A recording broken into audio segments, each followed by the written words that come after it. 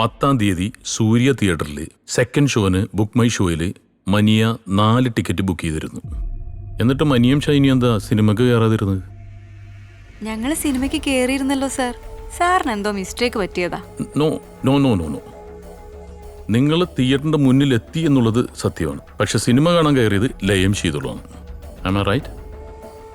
മനിയക്കും ഷൈനിക്കും പകരം almost same ഡ്രസ്സിട്ട 2 ഫ്രണ്ട്സാണ് തിയേറ്ററിനകത്തേക്ക് പോയത്. എന്നിട്ട് ആ ഫ്രണ്ടിന്റെ ബൈക്കിൽ നിങ്ങൾ അങ്ങോട്ടാ പോയത്? ഞങ്ങൾ എങ്ങോട്ടും പോയില്ല സാർ. ഞങ്ങൾ സിനിമ കാണായിരുന്നു. No! ഇനി കള്ളം പറയണ്ട. ഞങ്ങളെല്ലാം ട്രേസ് ചെയ്ത് കഴിഞ്ഞു. രേഖ, bring them. സാർ.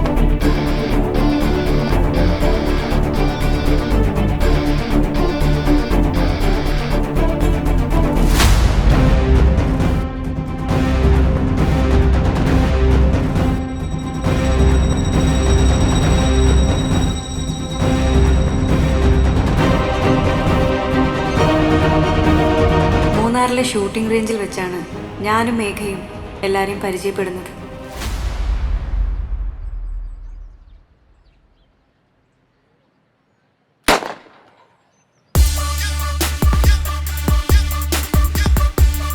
എല്ലാവരുടെയും പെറ്റായിരുന്നു മേഘ. അടിപൊളിയായിരുന്നു ഞങ്ങളുടെ ഫ്രണ്ട്ഷിപ്പ്. ചിരിച്ചും കളിച്ചും വഴക്കിട്ടും പരസ്പരം മനസ്സ് തുറന്നും ഞങ്ങൾ ആ ലൈഫ് നന്നായി എൻജോയ് ചെയ്തു.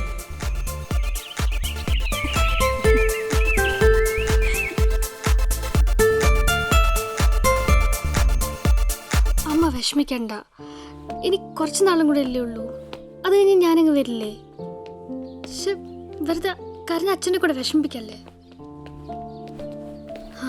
വിളിക്കാം, ഞാൻ പിന്നെ വിളിക്കാം. എന്താടാ, വീട്ടിൽ നിന്ന് കോള് വന്നല്ലേ? എനിക്ക് പറ്റുന്നില്ലടാ. അച്ഛനും അമ്മയും ഞാൻ വല്ലാണ്ട് മിസ് ചെയ്യുന്നു. പക്ഷെ ഞങ്ങളുടെ സന്തോഷത്തിന് അധിക നാൾ ആയുസില്ലായിരുന്നു. എല്ലാത്തിനും കാരണക്കാരി ആ രുദ്രയായിരുന്നു. അവൾ എന്നും മേഘയ്ക്ക് പിന്നിലായിരുന്നു. ബിസിനസ്സുകാരൻ ഗണേഷ് ശങ്കറിൻ്റെ മകൾ. സ്റ്റേറ്റ് ലെവൽ മീറ്റിൽ ഫസ്റ്റ് കിട്ടാൻ അവൾ അച്ഛനെ കൊണ്ട് ആ കടുങ്കൈ ചെയ്യിച്ചു. ഫൈനലിൻ്റെ തലേന്ന് മേഘയുടെ സ്പോർട്സ് കിറ്റിൽ ലഹരി മരുന്ന് വെച്ച് അവളെ ട്രാപ്പ് ചെയ്തു.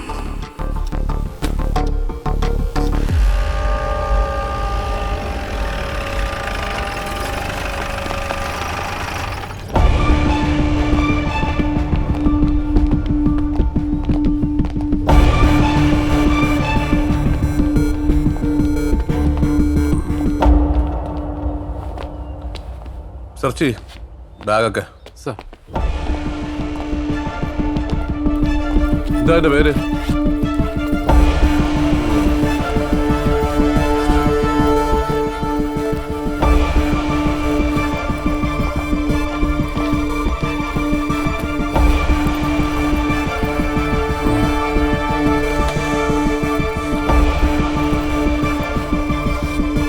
എന്താ പേര്?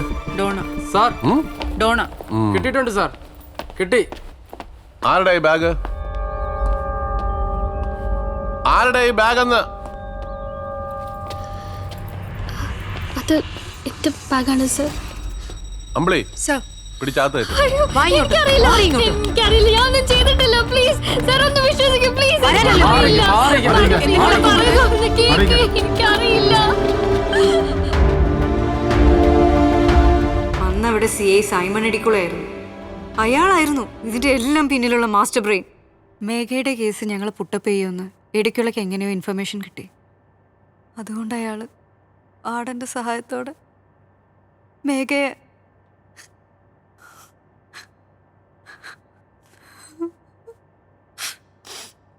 ഡിപ്രഷൻ കാരണം അവൾ ജയിലിനകത്ത് വെച്ച് കൈഞ്ഞരമ്പ് മുറിച്ച് ആത്മഹത്യ ചെയ്തെന്ന് വാർഡൻ റിപ്പോർട്ട് എഴുതി.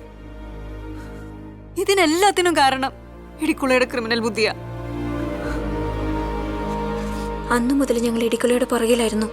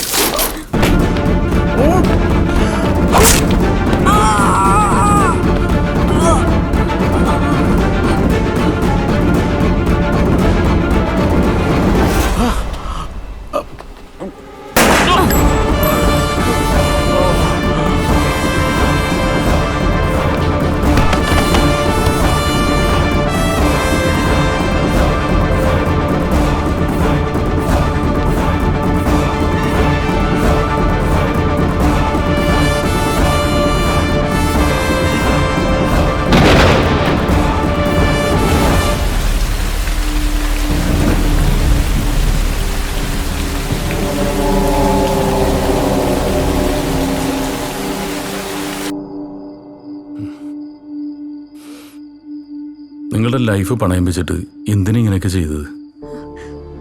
ചിലപ്പോൾ ലൈഫിൽ ഇതുപോലെയൊക്കെ ചെയ്യേണ്ടി വരും സർ. ഒരു തവണ മാത്രമല്ല ഞങ്ങൾക്ക് അയാളെ കൊല്ലാൻ കഴിഞ്ഞുള്ളൂ. അതാ ഞങ്ങളുടെ വിഷമം. ഞങ്ങൾക്കതിൽ സങ്കടമില്ല സർ.